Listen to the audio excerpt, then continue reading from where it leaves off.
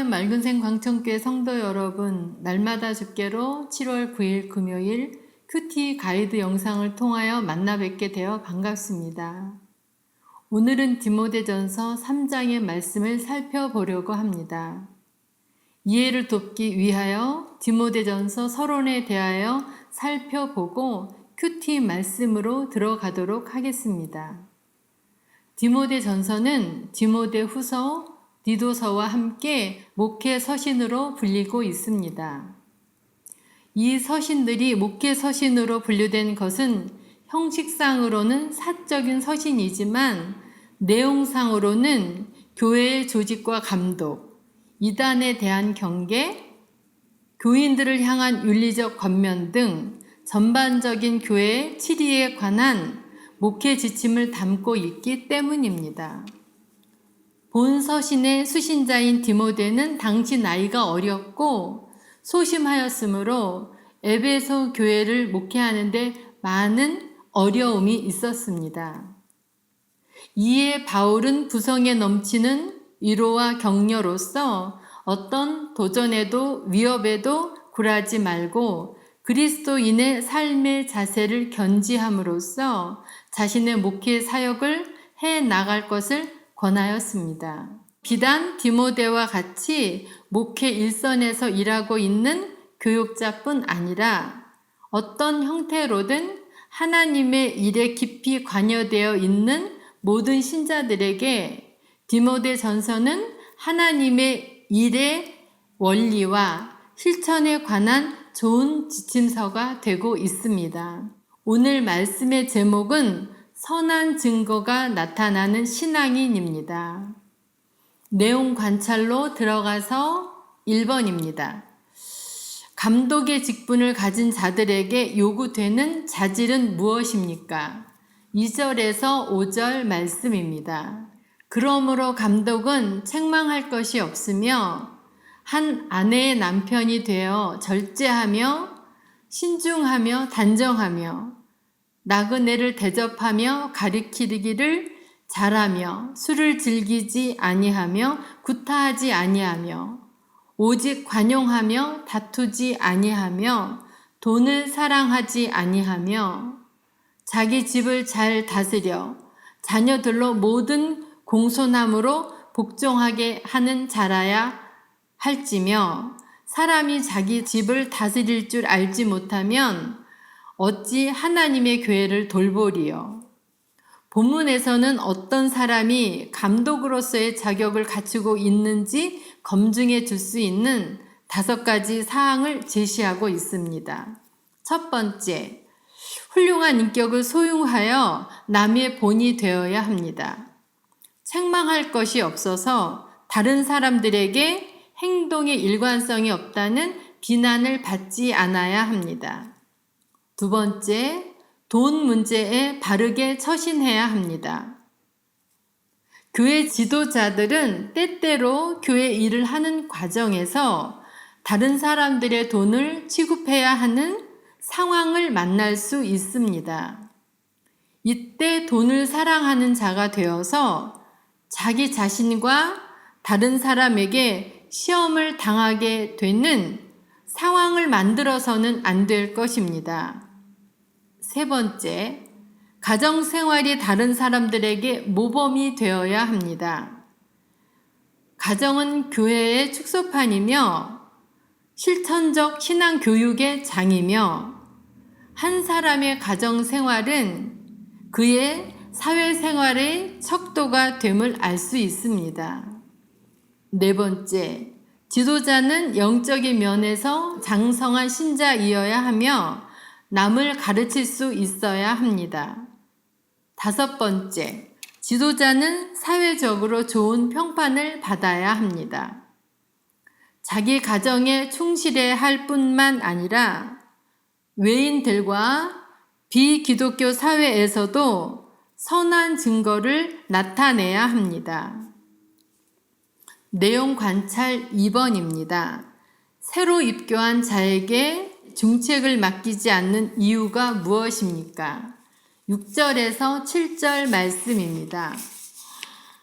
새로 입교한 자도 말지니 교만하여져서 마귀를 정죄하는 그 정죄에 빠질까 하며 또한 외인에게서도 선한 증거를 얻은 자라야 할지니 비방과 마귀의 올무에 빠질까 염려하라. 새로 입교한 사람에게 중책을 맡기지 않는 이유로는 첫 번째, 새신자에게 중책을 맡길 경우 오만과 야심에 곧장 휩쓸릴 수 있기 때문입니다. 두 번째, 확실한 소명의식이나 지휘 능력이 없는 새로운 개종자는 갑자기 확보된 지위에 의하여 교만에 빠지기 쉽기 때문입니다. 세 번째, 마귀에 해당하는 디아블로를 사단으로 볼 것인가, 중상모략자로 볼 것인가에 따라서 의미가 달라집니다. 사단으로 볼 경우에는 사단이 하나님의 피조물로 창조되었으나 자신의 교만으로 타락하게 되었고 자만심의 죄에 대한 심판을 받게 될 것을 암시하고 있습니다. 중상모략자로 보는 경우에는 하나님의 교회에 세움을 받은 자가 자신의 교만으로 인해 마귀가 가져오는 정죄, 즉 마귀가 놓은 올무에 빠질 수 있는 가능성이 높다는 것입니다. 내용 관찰 3번입니다. 사도 바울이 디모데 전서를 기록한 목적이 무엇입니까? 14절에서 15절 말씀입니다. 내가 속히 내게 가기를 바라나 이것을 내게 쓰는 것은 만일 내가 지체하면 너로 하여금 하나님의 집에서 어떻게 행해야 할지를 알게 하려 함이니 이 집은 살아계신 하나님의 교회요 진리의 기둥과 터니라. 사도 바울이 디모데 전서를 기록한 목적으로는 첫 번째, 디모데 전서는 디모데에게 올바른 목회 지침을 가르쳐 주기 위해 기록되었습니다. 두 번째, 디모데 전서를 기록함으로 바울은 에베소 교회에 대한 디모데의 권위를 확고히 하고자 했습니다. 세 번째, 바울은 이 일에 대한 자신의 개인적 관심을 재확인, 재증명하기 위하여 본서를 기록하게 되었습니다. 연구와 묵상 4번입니다. 감독과 집사의 직분 자격에서 가정 사역이 언급되어 있는 이유에 대해 묵상해 봅시다. 2절에서 5절, 12절 말씀입니다. 2절에서 5절 말씀은 내용 관찰 1번에서 읽었기 때문에 생략하고 12절 말씀입니다. 집사들은 한 아내의 남편이 되어 자녀와 자기 집을 잘 다스리는 자일지니 목회자와 직분자들은 함께 하나님의 교회를 진리 가운데 세워나가야 하는 사람들입니다. 비록 맡겨진 역할이 구별될지라도 하나님 앞에서 갖추어야 할 기본 덕목은 선한 증거가 나타나는 삶입니다. 바울이 가정에서 덕목을 중히 다루는 것은 가정은 1차 공동체이자 사회의 일원으로서 영향을 미치게 하는 기저 역할과 함께 원동력이 되기 때문입니다. 가족 구성원에게 하나님의 사람으로 보이지 않으면서 외인에게 선한 증거가 나타나기를 어렵기 때문입니다. 삶의 적용 5번입니다. 나는 경건한 삶으로 가족들에게 은혜를 끼치고 있습니까? 가까운 사람들에게 신앙인으로서 나는 어떤 평판을 듣고 있는지 생각해 봅시다.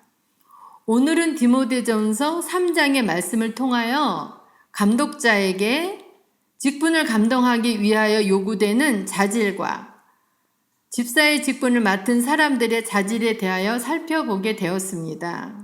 성도님들 각자에게 장점과 단점이 있을 터인데 장점을 더 잘 살려가며 단점은 보완하며 조금 더 영적으로나 인격적으로 윤리적으로 더 성숙하고 조금이라 더 더 나아진 모습을 갖추어 믿는 사람들에게나 믿지 않는 사람들에게도 선한 영향력을 끼칠 수 있는 좋은 평판을 듣는 성도님들 될 수 있기를 바랍니다. 기도하겠습니다. 사랑하는 하나님 아버지, 오늘은 디모데 전서의 말씀을 통하여 감독자와 집사의 자질에 대하여 살펴보게 되었습니다. 오늘의 선포된 말씀이 교훈이 되어 성도님들 각자에게 다양한 면에 있어서 조금씩이라도 더 나아진 모습으로 세워질 수 있도록 인도하여 주시옵시고 하나님께 영광을 돌리며 하나님의 기쁨이 되는 은혜와 축복이 풍성하게 넘치는 삶을 믿음으로 살아가는 성도님들 될 수 있기를 예수님 이름으로 기도드리옵나이다. 아멘.